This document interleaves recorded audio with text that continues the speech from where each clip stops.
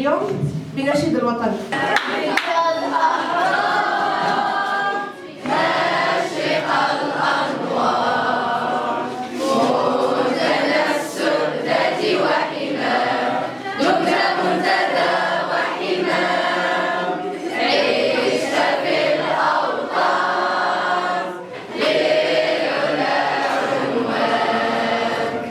السيزور حوالي حلانا ولهيان ستوتلايتنا ختما زيغتيزان هراون تينيخ سيس من أسنتي لي تيقان مشروع التحليق اليوم التنين بركات بهرة.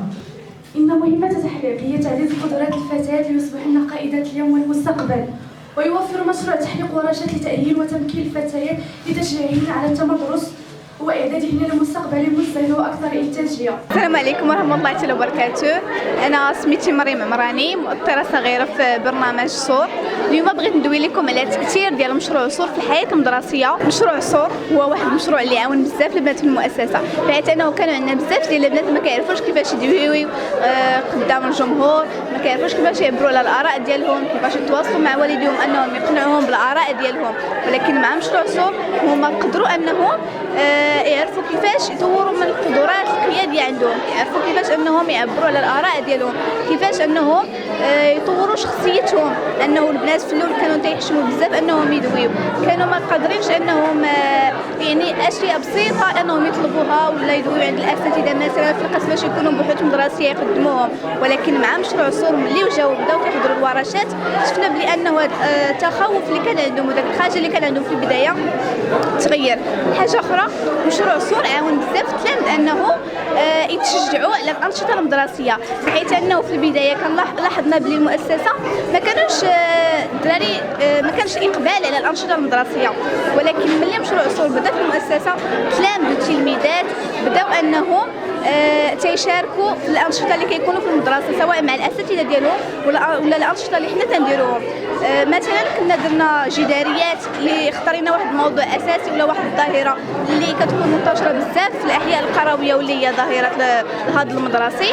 درنا جداريات اللي كتدور حول اهميه الدراسه، ويعني كتوعي التلاميذ على اهميه الدراسه، وكان اقبال بزاف ديال التلاميذ والتلميذات على هذا النشاط، بحيث انهم عاونونا في الراس، عاونونا انهم يكونوا ايضا بالنسبه للحملات التوعويه والتحسيسيه ديال اهميه البيئه، حملات ديال جمع الاسبال ديال النظافه.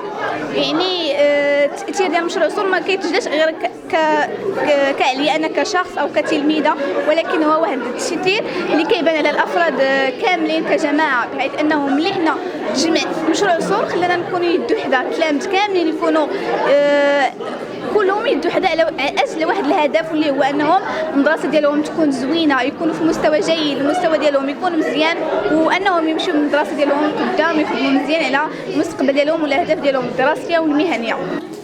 سنوجه لكم اسئله بخصوص هذه الظاهره التي ظهرت مؤخرا في مؤسستنا، التي استهدفت فتيات في المجال القروي.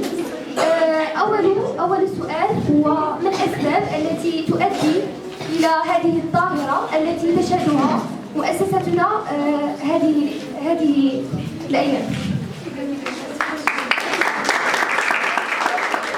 أو عدم القدرة بمواجهة المجتمع والأفكار التي تدور في عقول الآباء والأمهات، العادات والتقاليد التي عرفها أجيال قديمة مما يعطل تفكير الآباء والأمهات من أن الفتيات مكانهم هو المنزل ولا حاجة إلى المدرسة. مثلا كاين تمييز ما بين الذكر والأنثى.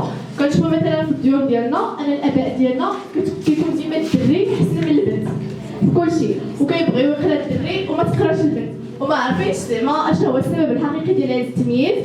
ولكن هذا التمييز راه كيجي منه الهضم المدرسي، يعني ديما الدري هو اللي خاصو يقرا، وهو اللي خاصو يوصل، وهو اللي خاصو يدير كل شيء، والبنت ما كنديوهاش فيها. السلام عليكم ورحمة الله تعالى وبركاته. أولا أود شكر جميع الحاضرين على حضوره، كما أنني أقدم شكرا كبيرا لمؤسستنا على استقبالها لهذا المشروع الذي يهتم بالفتيات خصوصا في المجال القروي.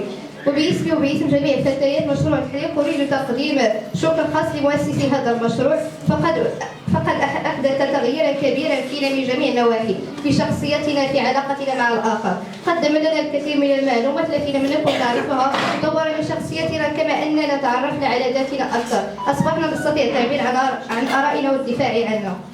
يسعدني أن أحدثكم عن تأثير هذا المشروع الذي كان له تأثيرا إيجابيا على التلاميذ والتلميذات، حيث أن التلميذات طورن من أنفسهم وأصبحن واثقات من أنفسهم ويتواصلون مع الناس بدون خوف منهم. وأيضا هذا البرنامج له تأثيرا على مدرستنا، حيث أن التلميذات ازداد حبهم للتعلم في بيئة جميلة، كما أن بعض التلميذات شاركوا في رسم مما عزز فيهم روح التعاون والإبداع. وليس هذا فقط، بل أيضا أن هذا البرنامج قام بإيصال فكرة إنشاء قاعة الصلاة للمدير وبالفعل تم إنشائها، حيث لم نصبح نؤخر صلاتنا عن وقتها. وباختصار أن هذا البرنامج لم يكن مجرد تسهيل، بل كان مبادرة ساهمت في تحسين بيئة التعليم وإضافة لمسة فنية على المدرسة. بسم الله الرحمن الرحيم. معكم ليلى حسبي، منسقة ديال مشروع تحليق. هذا البرنامج اللي انا خدامه فيه من 2019، وتبارك الله كنا بزاف ديال الفتيات، بزاف ديال الدواور، لان تنمشيو حتى لعندهم، لانه هو تينشط على الصعيد الوطني، يعني ما كاينش غير هنا في بيوغرا. ولكن حنايا الحمد لله ملي بدينا هنا في بيوغرا يعني حاولت ما امكن نشمل جميع الدواور، بحال كنت في تي الحاج علي، كنت في ايت بلا، كنت في ازيلال، كنت في بيوغرا، دار الفتاة، دار الطالبة. المهم بزاف ديال الحمد لله. دابا بالنسبه لهاد الفتيات الاهميه ديالنا هو انهم تنختاروا دائما الفتيات المراهقات اللي تتراوح الاعمار ديالهم ما بين 13 سنه حتى 18 سنه. هاد الفتيات تيكونوا تمروا بواحد الظروف قاسيه، نظرا لانهم تعانوا بزاف من عده مشاكل بحال الهدر المدرسي، زواج القاصرات، التحرش الجنسي. هاد البنات دائما تلقاو عندهم مشكل ديال القيمه، ما تعرفوش القيمه ديالهم، ما تعرفوش يعبروا على الراي ديالهم، على الصوت ديالهم، عندهم مشكل حتى في الاقسام، ما تقدروش يجاوبوا على في الاسئله اللي تعطوهم الاساتذه. علاش؟ دائما تخوف، دائما تيخوفوا. علاش؟ لان المشكل لقينا الاسره هي اللي تكون المنبع ديال هذا الشيء كاع كامل.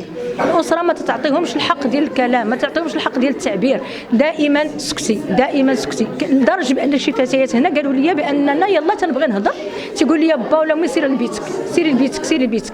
يعني هذا المشكل هذا المطروح هو علاش هذه الفتاه ما يكونش عندها الحق باش تعبر على الراي ديالها. علاش هذه الفتاه علاش ما يعطيوهاش الحق ديالها؟ علاش ما يخليوهاش تعبر؟ علاش ما يخليوهاش تكون تنطلق حتى هي؟ علاش نقولوا حنايا برنامج تحليق؟ لان بغينا هذه الفتاه تحلق، ولكن تحلق للاحسن.